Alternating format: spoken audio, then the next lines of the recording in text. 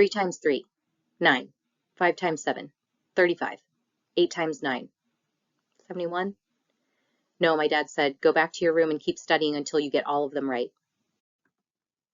This nightly routine, studying multiplication tables, getting quizzed by my dad, then retreating to my room in tears, was my reality at 8 years old.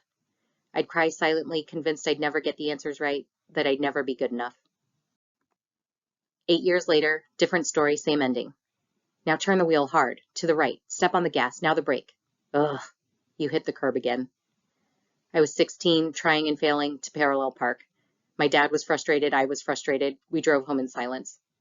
I ran upstairs crying, certain I'd never get my driver's license. But I did learn my multiplication tables. I did get my license. I still can't parallel park. Raised by Filipino immigrant parents in a military family, we moved every 2 years.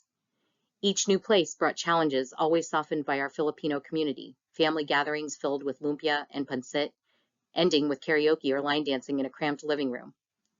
These spaces reminded me that no matter how often we started over, we were never alone. Bayanihan, the spirit of civic unity, was our constant.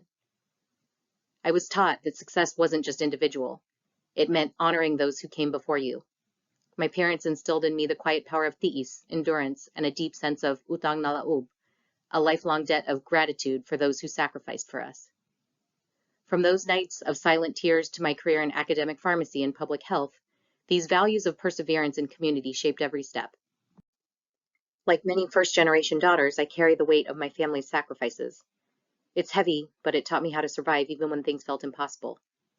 Those values carried me into every phase of life, but on December 9, 2020, they were tested like never before. The mammogram technologist offered the only comfort allowed during a pandemic, a soft white blanket, fresh from the blanket warmer. We need to do an ultrasound, she said. We see something concerning.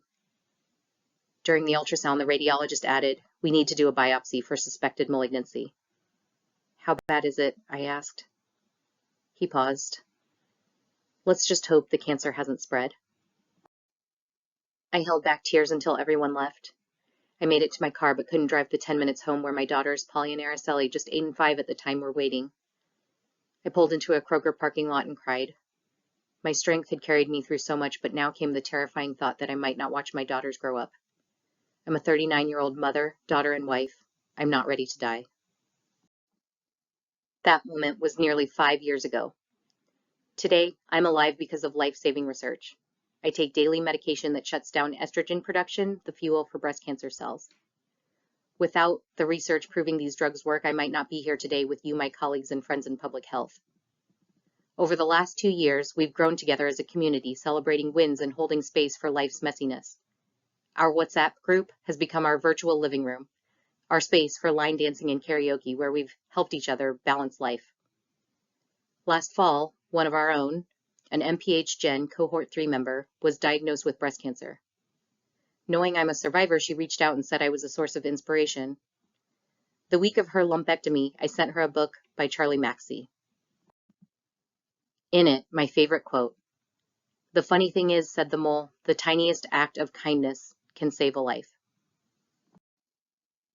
This community has shown me that public health isn't just about data or frameworks, it's about people, about connection, about tiny acts of kindness.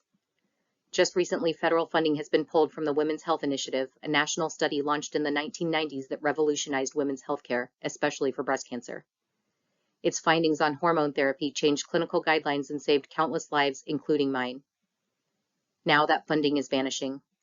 The U.S. is already grappling with division and distrust, so this is another devastating blow, especially for young Asian women who've seen up to a 50% increase in breast cancer since 2000. We can't stay silent. Colleagues in public health, stand if you're a woman or if you love a woman. If you're standing, I'm asking you to act.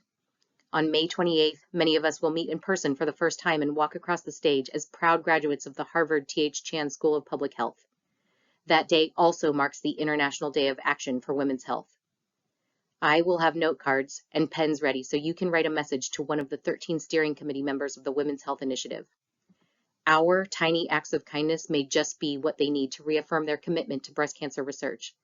Let them know their work matters, that we see them, value them, and believe in their mission. Let them know their research is not just data, it's hope, it's life, it's me, it's my daughters, it's all of us. Together, our voices can carry forward the spirit of Bayanihan, rising together, protecting each other, and fighting for our mothers, daughters, sisters, and generations yet to come.